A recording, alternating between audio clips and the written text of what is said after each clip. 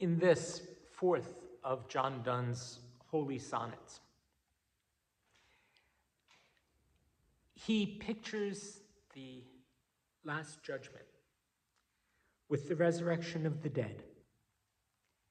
And if you've ever seen a painting of the Last Judgment, and it was a great theme for painters, has always been, and especially around that time, you'll see just these huge crowds of people rising from their graves and coming before Jesus as judge.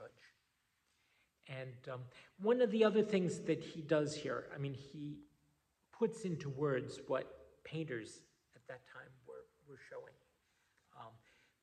One of the other things he does here is he deals with the scientific discoveries of his day. The very first line speaks, "At the round earth's imagined corners." And we still speak of the four corners of the world.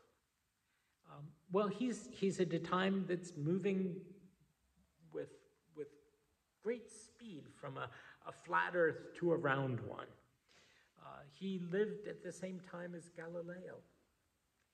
And although it was not a great shock for most people to think of the earth as round, in theory, they didn't always think of it that way sort of on a day-to-day basis any more than we do.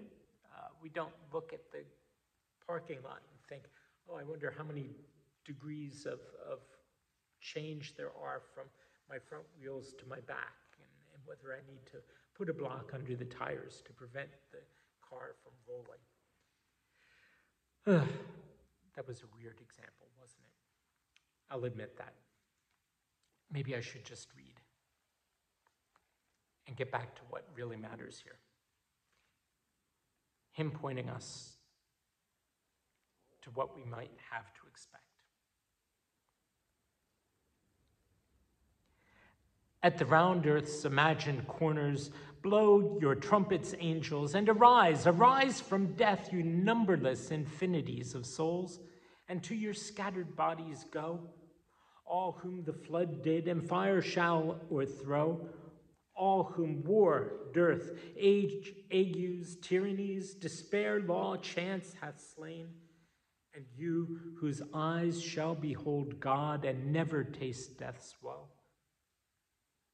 But let them sleep, Lord, and me mourn a space.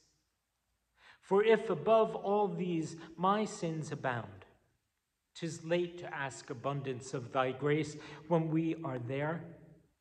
Here, on this low ground, teach me how to repent, for that's as good as if thou hadst sealed my pardon with thy blood.